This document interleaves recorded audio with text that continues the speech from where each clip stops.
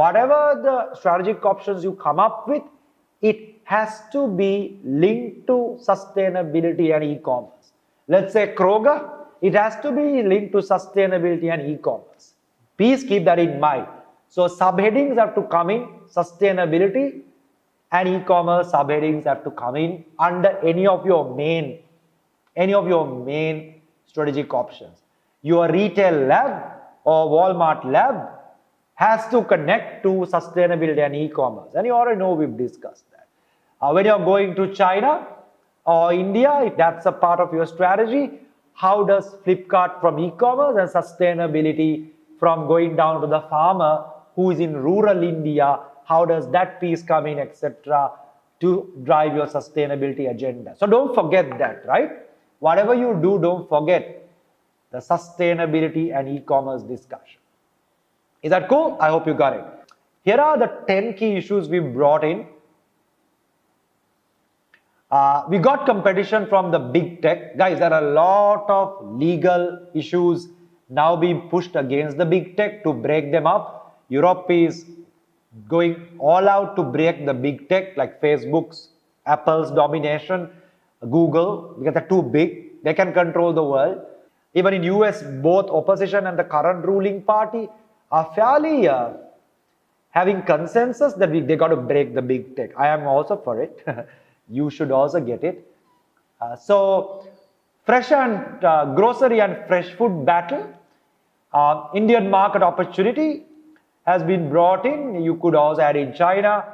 These are just thoughts for you to get your things right. And then growth in health and sustainability. I haven't talked about home. I will talk about home with the ones who are fairly ahead of the game, where home comes into play. Most of you are familiar maybe with the Starbucks concept that made them win, right? Starbucks created a third place between home and office. Starbucks was the third place. Today, home is becoming your first place for a lot of things. I don't have to tell you this, right? This is a big factor in my head. So we got to figure out how do we work with home. So if you're interested, keen to go there, if you have the mind space, let's discuss it. There is a massive digital transformation across all industries, including ours. And obviously, on the other hand, I've also noted that food supply chain, to bring that carrot Goa leaks, to bring the milk from the farmer to your fridge, it's complex and it's global, and we got to be really sharp, and because you can really lose money in the food supply chain. So those are like our key issues. We'll discuss whether you want to improve it. From there, we've understand the Walmart financials. I've added few thoughts. This is from the work shared with you, Mom Nadira. New ratios like net income margin, debt to asset ratio will give some interesting thoughts where we are and as where we are in the industry. And there onwards, we've done some analysis. We are now clear on some of the strengths, weaknesses, opportunities, and threats. Finally, we are clear on where we want to grow this company. I guess most of you will want to look at about a 20% growth. Now that everybody is going that route, some of you will have to take a different call. I can see some of these charts are now getting redrawn by you. Love to see the innovation on your side. Well done. So the question is, from a 523 billion, where do you want to grow this company, right? Definitely not 571. Even if you just let Walmart run, it will grow to this. It has to be somewhere here. So we discussed that. And we also looked at profitability, which means do we want to be happy? For 5 years, we have had our operations margin at 20 something. We seem to have not done major transformation here. So can we like take a big call and bring a 20% improvement? In other words, bring that margin down to 16%. It looks impossible, all right? But if we get to about a 50% e-commerce like a Kroger, can we achieve that, right? So I even came up with a concept. I'm a bit of a brand person. I Even a business brainstorming is branded, Smart Pack is branded, Ace the Case is branded, Manjoka Kotu is branded, Race the Pearl is brand. I build brands, I love brands. So I come up with a brand. If I did a brainstorming for the Walmart senior management, I was going to call it 2020 strategy. 2020 strategy means how do I grow my revenue by 20% by 23? How do I improve my operating expense margin by 20% by 23? So my growth by 20%, my operational margin, which is profitability by 2020, by 20%. I love that. Ideally, I should have done this brainstorming in 2020, which was last year. So these are the two games we are trying to play: growth, profitability, growth, profitability. I hope you get it, right? If we reduce our costs, increase our revenue, we can bring this down. But how do we bring this down, right? So when you look at how we bring this down, we've looked at some of the things this company does. So 11 strategic options. So we've said, can we take like a deal with Carrefour because they're good at convenience stores, and the world, 50% of the world's grocery, which is Asia, will run on convenience stores, and we are not good at convenience stores. We are good at hypermarkets, supermarkets. So that's why Carrefour, which is a loss-making company, might be an option to strike a deal. Kroger is to ensure that we strengthen our US position, because while we go looking for Asia, which is not, we are not strong, we don't want to lose our core 50% of our life USA, and Kroger seems to be doing e-commerce far better than us, cutting costs by $1 billion, which we are not doing. So Kroger seems to be a good friend to have. Why Sanat? Because we got to keep working with China, right? And Sanat, I don't think you can acquire it, but we might need to see of a deal. We'll continue to keep acquiring e-commerce companies like Daraz, like, it's too small, but that's what we do, like the Flipkart around the world. And we'll keep Flipkart as Flipkart. So we won't do brand extensions. Why? Because we already discussed that. If you want to do it, you better discuss now, and I'll help you by arguing it out for you. So we'll keep buying the world e-commerce companies, investing in it, rather than trying to call it Walmart Daraz or Walmart Lasana Flora. Or we won't do that, right? We'll keep Lasana Flora as Lasana Flora. But we might want to have like an endorsed brand. You guys know, right? A company called Yum Brands or Pizza Hut, Taco Bell, Long Silver John, KFC, and no one knows. Everybody thinks you're fighting. No, they're not. All the money goes to one company and nobody knows, right? Yeah, just like Carlsberg and Lion Beer are both done by a company called Carson's in this country. I know people are drinking and fighting for which beer they love, but one company makes the money. Okay? All right. Japan, gotta get out, but we'll stay there through partnerships, right? That's what they're doing. China, complicated. India, complicated. China is very complicated. It's not a democracy. They don't like Western countries, Western companies. So a lot of tension right now. So you have to really look at how you look at China. Our exciting idea is on retail tech venture. So I love this idea. I can see some of you are really catching on to it and doing your own thing. Go for it, guys. Have fun. That's a crazy idea to get into hardware, because when people buy a phone, imagine a Walmart solution for groceries already inbuilt. That's called Walmart Inside. That's a good deal, isn't it? Right. Reputation part is our sustainability agenda. So how do we become reputable? So we're working with 11 strategic options, and all of that is driven towards 6 areas of focus. We don't want to lose America and go looking for China. We will dominate food and grocery because we've done so much to become the best in the world in that. We are not stupid. People will buy grocery online faster than they were planning to before pandemic.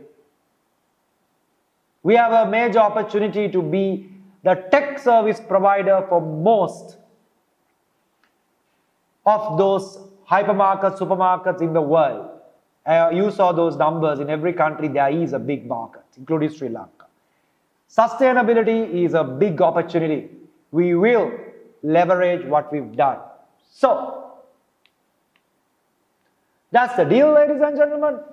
Remember, guys, you are writing as CEOs. End of the day, everything has to be concluded financially. Every option you do finally boils down to feasibility. So you got to bring some dollar values in. If you don't see the dollar values, and I think some of you are a little young, it's okay to be young, but then if you don't appreciate what the boardroom discussions are like, at least try to go through some videos, guys, to understand it. You won't get it and you'll miss it. You got to talk everything finally in financial terms. Options, right? So example, now these are options. By the way, guys, you are not required to go through this itself. These are just guides, right? You guys are smart enough sometimes to do better jobs than this. So obviously, your options are looked at. When you look any option, whether this option will help you, your growth. In other words, 523 billion, some of you are trying to grow it to 600 billion, some of you are trying to grow it to 700 billion. So out of that 700 billion, that means from 523 to 700 billion, it's about 177 billion. ඒකෙන් මේ option එකෙන් කොච්චරක් 50 billion ද 60 billion ද ගේන්න පුළුවන් වගේ එකක් තමයි බලන්නේ. Or because of this acquisition, can it also reduce your cost? Can it also reduce your cost? Can you do both? So this is like a one filter that you could have, right? From there, we try to go in and expand our options. So example, this is one of our exciting options, right? Now, you got to see how far is this suitable, feasible, acceptable. Now, you can't do this, guys, if you haven't understood what are the criteria to come to the conclusion of suitability. So, suitability theory tells you what goes under suitability. Vision relevance, is it in line with your strategy, ethics, values? මෙතන checklist එකක් තියෙනවා. ඒක දන්නේ නැතුව මේ කොටුව බලලා you can't do. Right? ඒක දන්නේ නැතුව කොටුව බලලා you can't do. So please go through that, right? Feasibility කියන්නේ market size, market growth, whether you have the capability, competency, resources, whether some of that material can be acquired. ඒ ඔක්කොම තමයි feasibility. So this is more dollar value stuff, right, as much as possible. These are the stakeholders, whether the US government, UK government, whether competition, whether you, I mean, if you have an option to totally automate the supermarket, do you think your employees will be happy?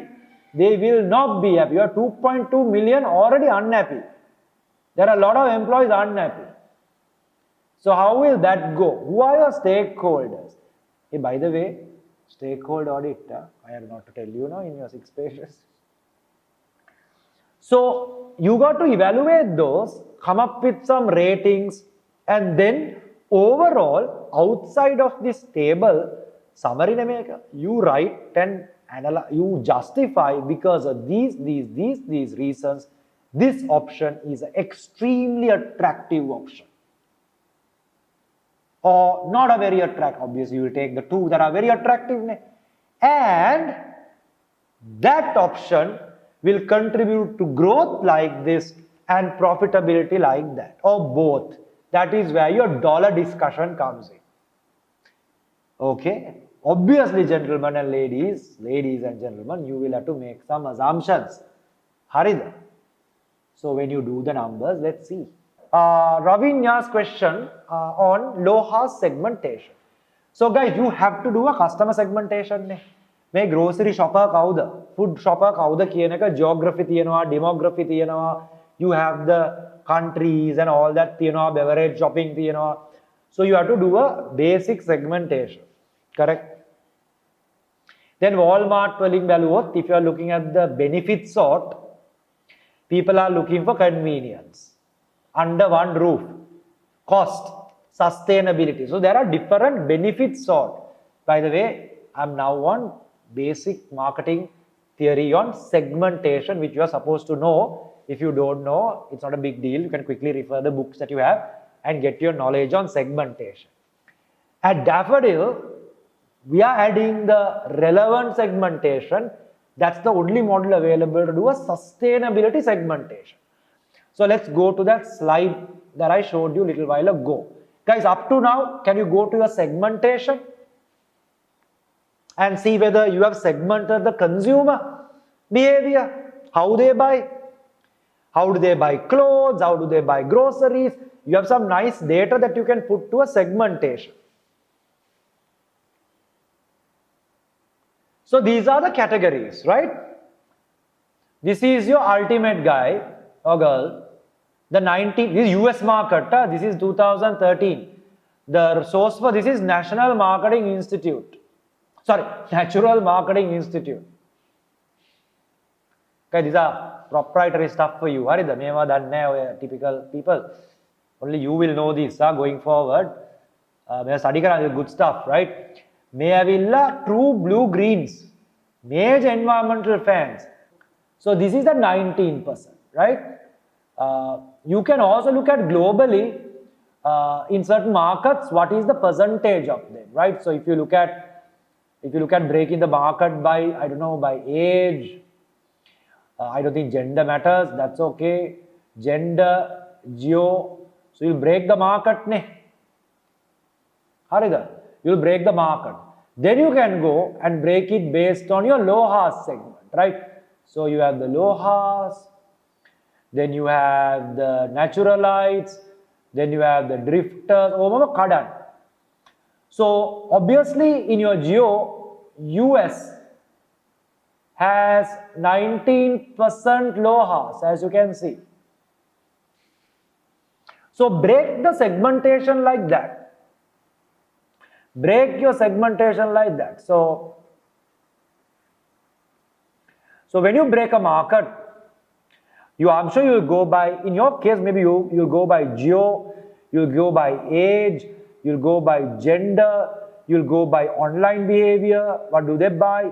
Then you could go on this whole LOHAS. Capture data wherever possible and then illustrate to say, hey, in US, there is a segment like this growing. In markets like China, India, it will be mostly drifters or unconcerned. So obviously, right? So likewise, you can break up a couple of segments. Try to highlight this area, guys, because you'll be special on LOHAS. By the way, you can take these percentages and refer because this is a concept. This is a concept. I don't know whether you have that information in China. You can make assumption a market like China would be less than only 20% of LOHAS might be there in a Chinese market. So in US, out of the population, 19% in the 300 million population are LOHAS. That's big. That's big. All right. What would that be in China? I don't know. Shall we ask Google? But this is the type of work we are looking at. Obviously, you need an illustration. This is where you could also bring in the strategic gap to show the forecast that you're bringing in. I'm very concerned about the net margin. You can calculate net margin. You know how to do that, right? Net income margin. Divide net income by the revenue. So when you calculate or net sales, whichever, when you calculate that, you'll get maybe about 3%. We are in line with the general supermarket net margin. Then you can look at the industry. Can you say that? Compare with industry. That knowledge you can bring in. Now you are seeing debt, right? So when you want to support an initiative, you want to buy a company or support it, what do you think? Do you think we are in a position to borrow? Can you justify the feasibility of acquiring a company? Do you think we'll be able to borrow? Our debt is at 64 billion. Can we borrow? Are we in a borrowing position? No, banks won't lend to us. What do you think? Let's say you want to buy 10% of Kroger or 20% of Kroger. First of all, I want you to think how much will that cost you. Kroger is 100 billion revenue for a year. We are a 500 billion revenue for a year. So if you have to buy Kroger, we can't 100% buy a company, no. We can either buy 51% or that means we control the company. We own it. Controlling ownership, 51%. Or we can buy a percentage of it. You saw in Japan, we have only 6% of a company. We can get 10% of Kroger. How much will that 10% cost? I want to do some numbers on that, right? How much will that cost? I mean, in the most basic level, let's say 1 year revenue is 100 billion. So is that 10 billion? 10% how you value a company. Okay, don't want to complicate life for you, but think about it. If you are saying no, acquire, acquire කරන්න බෑනේ percentage එකකට දැන් ඔටාරාගෙන් Ashok Pathirage bought Odell no. How much did he pay? Go online and check.